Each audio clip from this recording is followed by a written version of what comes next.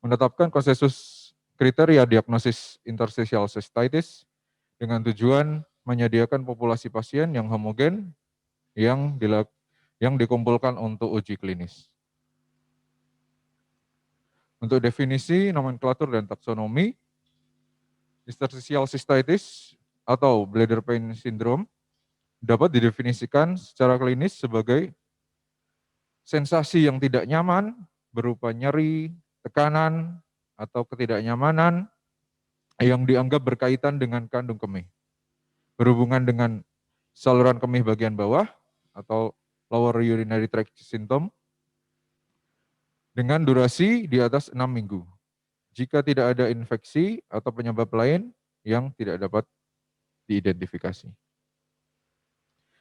Atau keluhan nyeri suprabubik yang berhubungan dengan pengisian kandung kemih, disertai gejala lain seperti peningkatan frekuensi pada siang dan malam hari, dan tidak ada bukti infeksi atau patologi yang jelas. Itu di statement tersebut dikeluarkan oleh International Society of Continence. Nah, kemudian European Society of Study of Interstitial Cystitis mengembangkan definisi yang tidak terlalu ketat, yaitu nyeri panggul lebih dari 6 bulan, disertai tadi seperti definisi sebelumnya, ketekanan atau ketidaknyamanan yang dianggap terkait dengan kandung kemih, disertai dengan setidaknya satu gejala lainnya, seperti dorongan terus-menerus atau urgensi untuk berkemih, atau frekuensi, dan disertai eksklusi penyakit yang membingungkan sebagai penyebab dari gejala-gejala tersebut.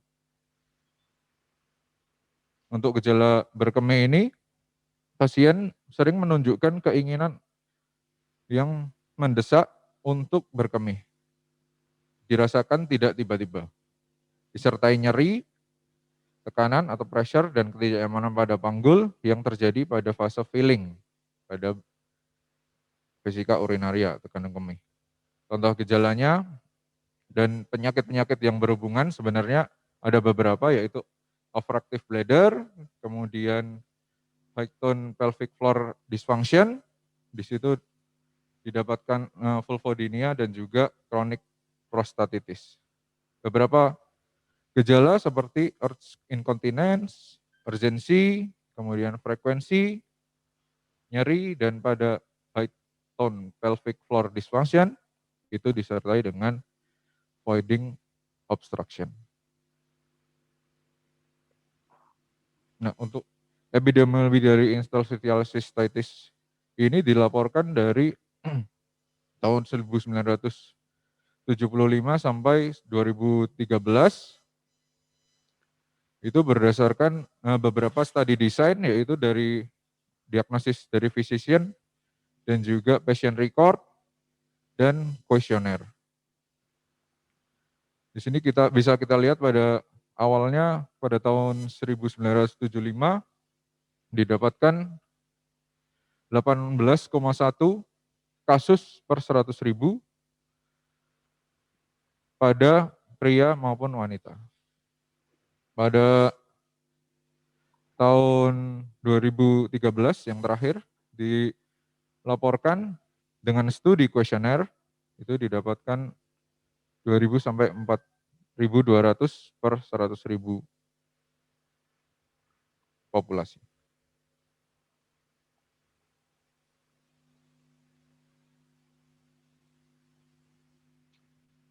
Nah, pada kasus tersebut dilakukan sistoskopi, dilaporkan pada tahun 1949 dan yang paling baru pada tahun 2013. Didapatkan Hunter lesion pada tahun 1949 itu 13% pada 223 kasus terdiagnosis dengan interstitial cystitis atau bladder pain syndrome. Dan yang terakhir, yang terbaru didapatkan temuan sistoskopi itu sejumlah 17% pada 214 kasus. Dan di sini perbandingan antara diagnosis bladder pain syndrome atau interstitial cystitis yang di sana didapatkan temuan Hanner lesion, pada sistoskopi. Pada tahun dilaporkan pada tahun 1949 untuk rata-rata usia gejala yang muncul itu pada pasien yang ditemukan Hanner lesion itu 41 tahun. Dan non-Hanner lesion itu 35 tahun.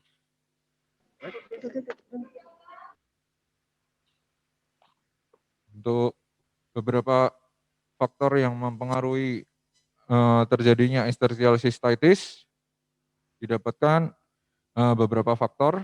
Yang pertama contohnya adalah faktor hereditas, itu F1 atau first degree relative pada pasien wanita dewasa penderita interstitial cystitis mungkin memiliki prevalensi lebih besar sebanyak 17 kali ditemukan pada populasi umum. Itu dilaporkan pada tahun 2004.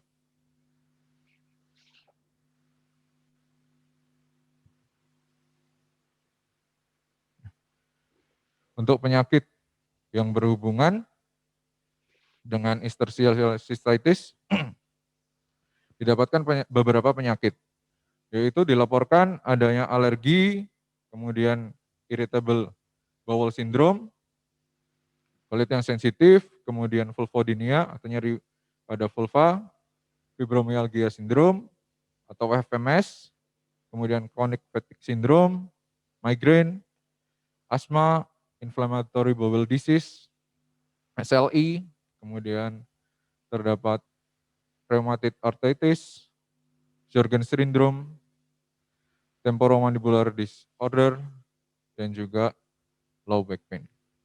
Prevalensinya paling tinggi sudah diurutkan di sini muncul pada alergi, pada pasien dengan interstitial cystitis, yaitu sejumlah 44%.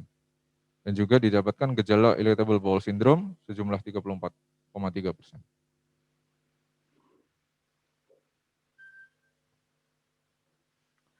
Untuk etiologi, sebenarnya belum terdapat etiologi yang jelas pada kasus interstitial cystitis ini maupun bladder pain syndrome. Tapi didapatkan beberapa teori, yaitu didapatkan progressive injury pada bladder.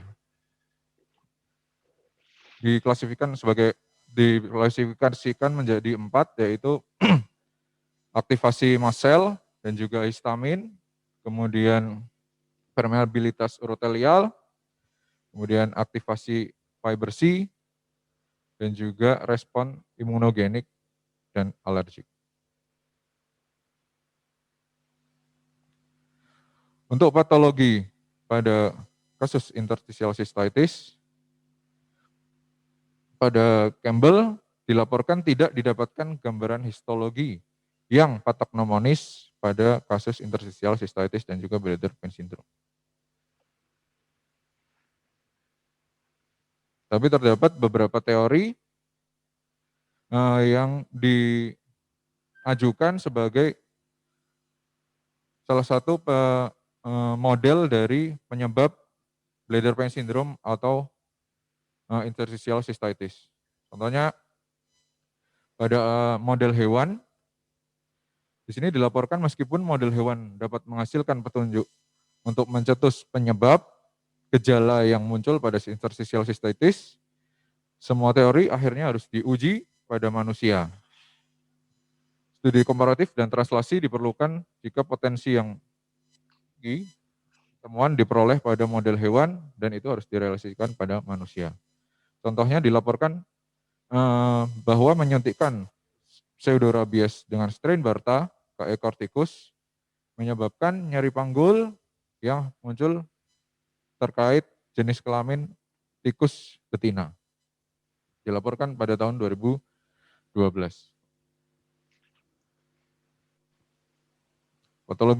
Teori patologi yang kedua, dari infeksi, seringkali diagnosis interstitial cystitis dibuat hanya setelah pasien setelah diperiksa oleh beberapa dokter dan diobati dengan antibiotik, namun gejala tidak mengalami resolusi atau tidak mengalami perbaikan.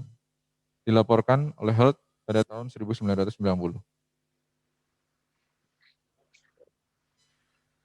Contoh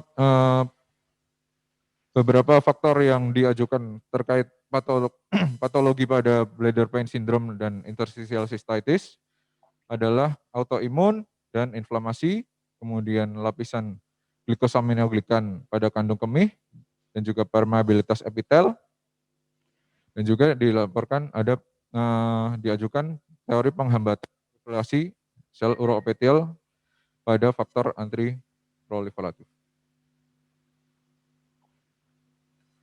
Pada model neurobiologi, untuk mekanisme non-cholinergic, non-adrenergic diajukan memiliki peran penting dalam mediasi efek fungsional langsung dan efek tidak langsung dengan mempengaruhi peradangan pada kandung kemih dan mencetuskan gejala bladder pain syndrome. Dilaporkan oleh Vesela pada tahun 2012. Teori yang berikutnya adalah metabolisme nitric oxide. Regulasi aktivitas nitric oxide pada urin telah diajukan dalam peranan pentingnya pada respon imunologis pada kasus interstitial cystitis maupun BPS. Dan juga administrasi ligahan L-arginin untuk produksi oksida nitrat telah terbukti meningkatkan enzim oksida nitrat dan metabolitnya dalam urin pasien. Terkait kasus interstitial cystitis dan juga bladder pain syndrome dilaporkan oleh Smith tahun 1996.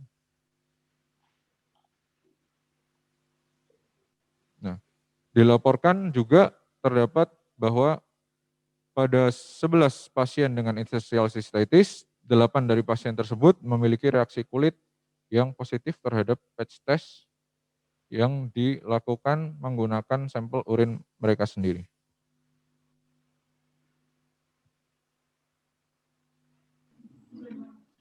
Nah, untuk diagnosis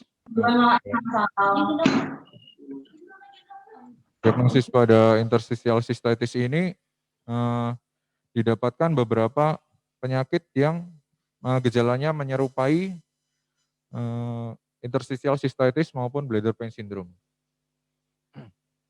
Jadi beberapa penyakit itu bisa kita eksklusi.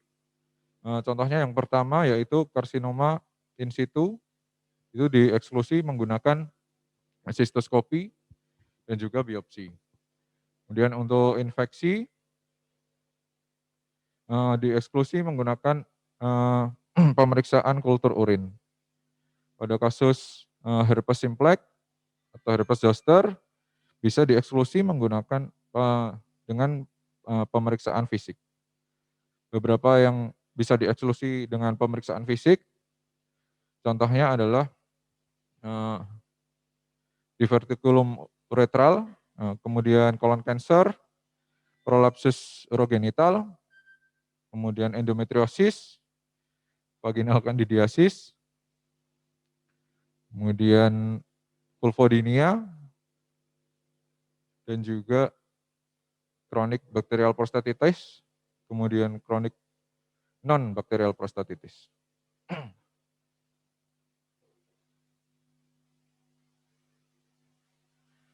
Nah, berikutnya algoritma dari AUA.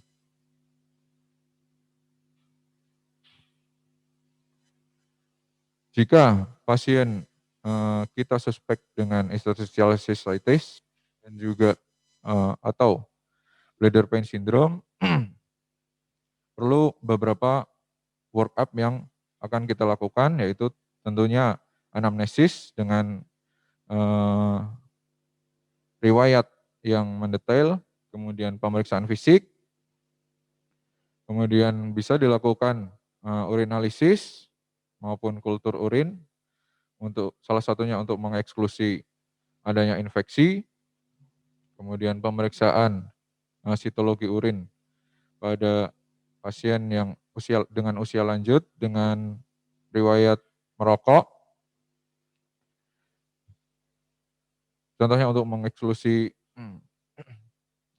CIS maupun karsinoma in situ, kemudian post-void residual volume, voiding diary, dan juga symptom score atau juga pain scale. Nah, dari temuan-temuan tersebut kita evaluasi untuk menyingkirkan beberapa penyakit yang confusable atau membingungkan. Contohnya dan dengan gejala yang mirip dengan interstitial cystitis atau bladder pain syndrome. Contohnya adalah urinary tract infection, kemudian obstructive bladder, kemudian high tone pelvic floor disorder, dan juga konstipasi yang dominan pada inflammatory bowel syndrome. Beberapa penyakit yang juga membingungkan dengan gejala yang sama yaitu vulvodynia, kemudian endometriosis, dan juga ketamin cystitis. Jika penyakit-penyakit tersebut muncul, dapat dilacak dari sumber nyerinya maupun sumber penyakitnya, kemudian bisa kita treat sumber penyakitnya. Jika tidak didapatkan penyakit-penyakit yang membingungkan tersebut, bisa dengan terapi empiris untuk interstitial cystitis dan juga bladder pain syndrome. Pada kasus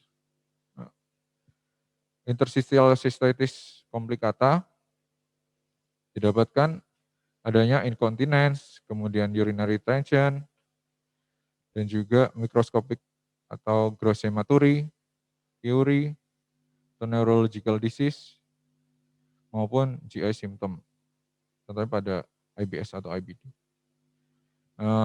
Dengan penyakit yang penyerta sehingga menimbulkan komplikata pada interstitial cystitis, itu bisa dilakukan beberapa pemeriksaan, contohnya dengan sistoskopi, kemudian urin sitologi, beberapa imaging studies, kemudian urodinamik, laparoskopik, dan juga merujuk pada spesialis.